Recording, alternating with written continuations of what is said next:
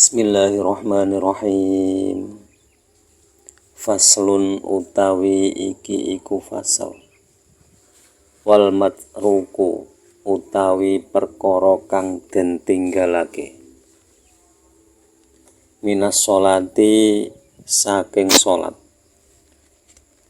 Iku salah satu asya'a telu pira-pira perkara.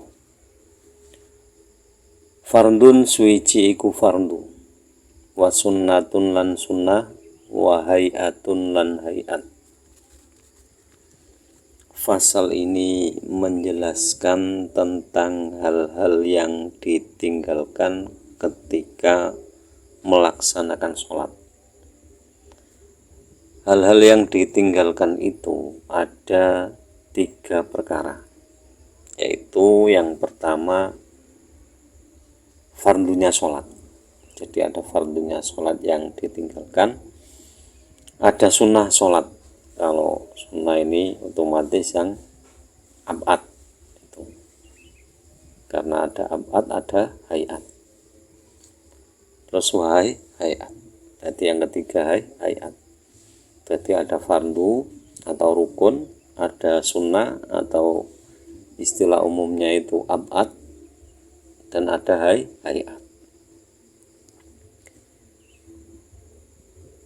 Fal fardu mongko utawi fardu layanubu iku ora angganteni anhu saking fardu sujudus sahwi apa sujud sahwi. Bal balik ing zakaro lamun eling sapa musolli wa ing fardu wa zamanu hale utawi mangsane zakarohu koribun iku parek. Ata mongko nekani sapa musolli wabana ebihi kelawan fardu. Wabana lan narusake sapa musolli alaihi ing atase fardu. Wasajada lan sujud sapa musolli lisawi krana lali. Gini, misalkan dalam sebuah sholat, ini dijelaskan dulu. Jadi yang fardu ketika kita melaksanakan sholat kemudian ada fardu atau ada rukun yang ketinggalan. Ada rukun yang ketinggalan, maka ketika kita ingat, kita harus mengulanginya lagi. Karena kalau fardu sholat atau rukun sholat itu tidak bisa diganti dengan sujud sahwi. Contoh misalkan seperti ini. Misalkan kita sholat, kemudian dalam sholat itu kita lupa melaksanakan rukuk. Ketika akan sujud, ini otomatis kita harus berdiri lagi.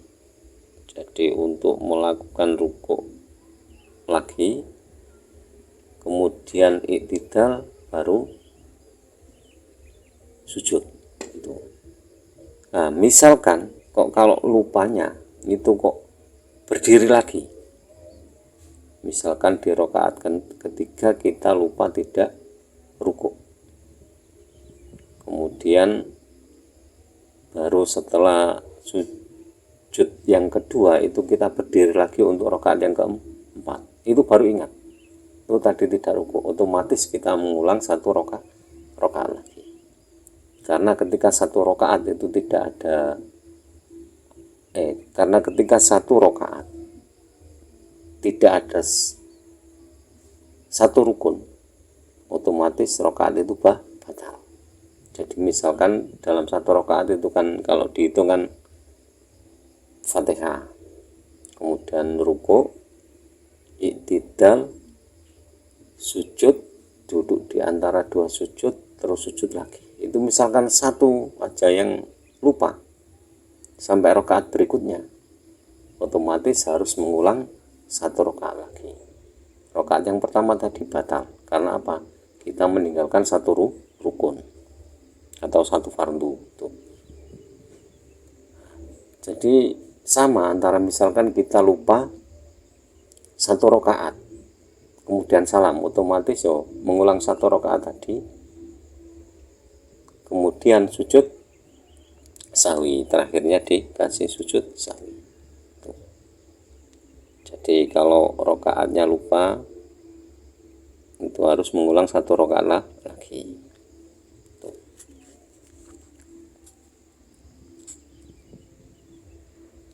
Cuma akhirnya itu ditutup wasajati lisahwi. Kemudian ada sujud sahwinya. Wasunatu utawi sunnah la yautu iku ora kena baleni sapa musolli ilaiha maring sunnah ba'da talabusi ing dalem sause nglakokake sapa musolli bil fardhi kelawan fardu. Lakinnahu tetapine utawi musolli yasjudu iku sujud sapa musolli lisahwi krana lali anna saking sunnah.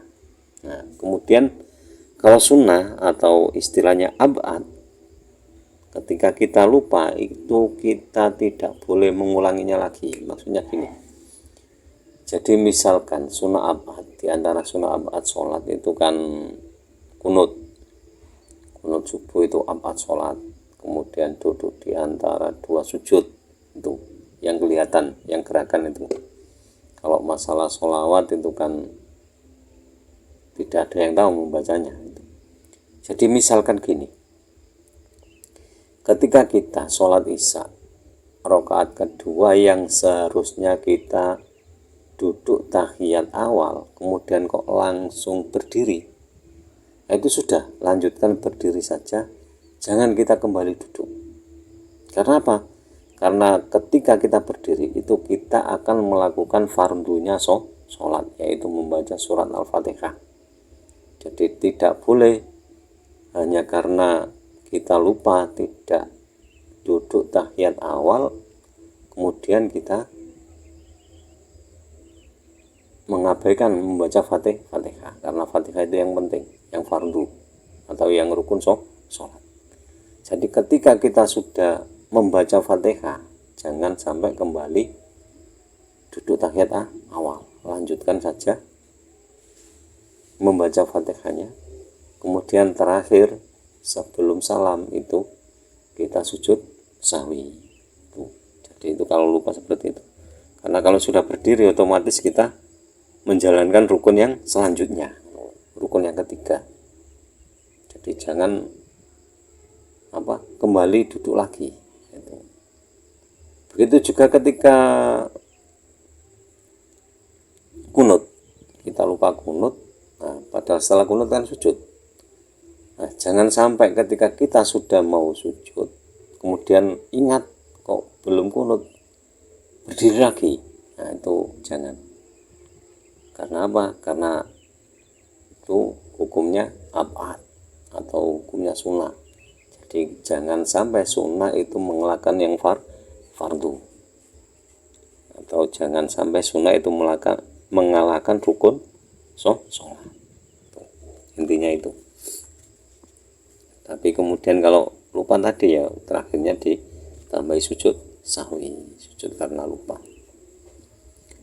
Wal hayatu utai hayat la yaudu iku ora kena baleni sapa musolli ilaiha maring hayat ba'da tarkiha ing dalem sause ninggale musolli ha ing hayat. Wala yasjudu lan ora kena sujud sapa musolli anha saking hayat. Nah, kemudian kalau hayat sholat itu ketika kita meninggalkannya ya tidak usah diulangi lagi, juga tidak usah sujud lagi. Contoh hayat sholat itu takbir intikal itu. Ketika kita akan ruku kan membaca Allahu Akbar. Itu takbirnya, ucapan Allahu Akbar itu takbir intikal. Ketika kita tidak mengucapkan itu ya enggak apa-apa. Itu hayat sholat. Kemudian mengangkat tangan ketika sami Allahu liman hamidah, itu juga hayat. Walaupun tidak mengangkat ya tidak apa-apa.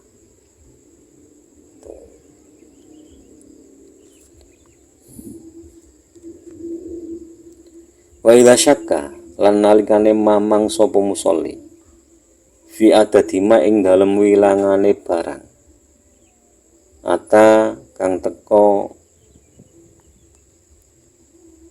apa ma ata kang teko sapa musolli bi kelawan minarakaati bayane saking pira-pira rakaat bana mongko nerusake sapa musolli al yakini ing atase kang den yakini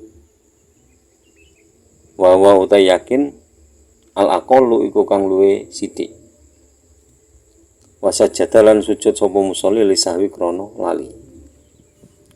Nah, kemudian begini, ketika kita sholat ini posisi ketika kita sholat kemudian ada keraguan tentang bilangan sholat yang sudah kita kerjakan, kerjakan.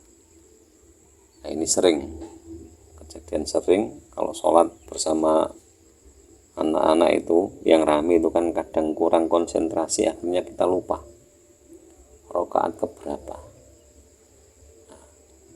Misalkan kita sholat duhur sudah pada rakaat yang keempat, harusnya kan sudah selesai, tapi kita ragu ini sudah 4 apa baru 3 rakaat, maka kita harus yakin.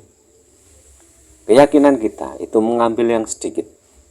Berarti kalau kita ragu antara 3 dan 4, kita mengambil 3. Otomatis setelah sujud yang kedua kita berdiri lagi untuk melakukan rakaat yang keempat, dan hakikatnya itu rakaat yang kelima. Jadi ketika dalam keraguan kita harus mengambil yang sedikit, meyakini yang sedikit. Oh, ini baru 3 rakaat, padahal sudah 4 loh misalkan. Jadi kita meyakini yang 3 rakaat, kemudian kita tambahi 1 lagi. Itu cara menghilangkan keraguan ketika dalam sholat. Nah, kemudian kita di akhirnya itu sujud sahwi.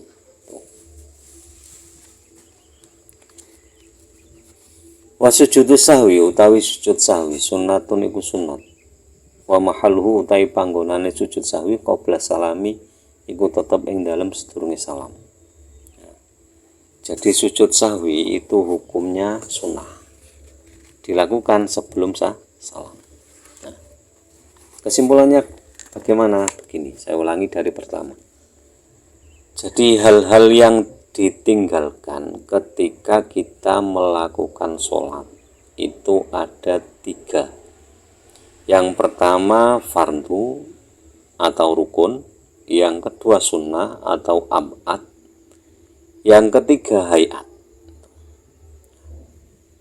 Ketiga hal ini itu beda. Kalau fardu yang kita tinggalkan dalam sholat itu otomatis kita harus mengulanginya lagi, seperti penjelasan tadi. Jadi misalkan kita lupa tidak ruku pada rakaat pertama, kemudian kita ingat ketika berdiri untuk rakaat kedua, otomatis rakaat yang pertama itu gagal, kita mengulang lagi rakaat yang pertama.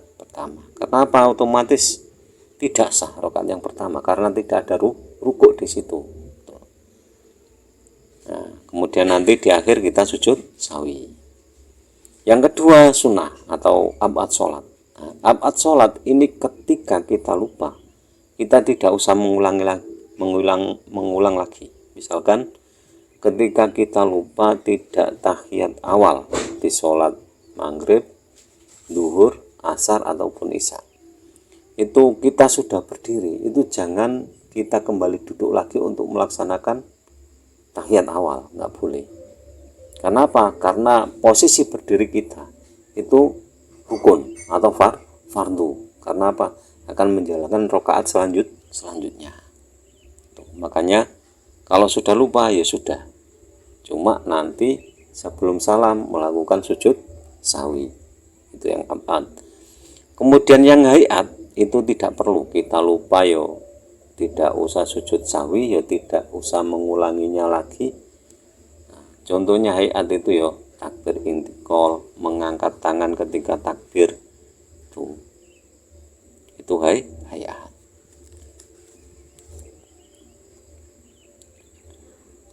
Jadi demikian kurang lebihnya, mohon maaf.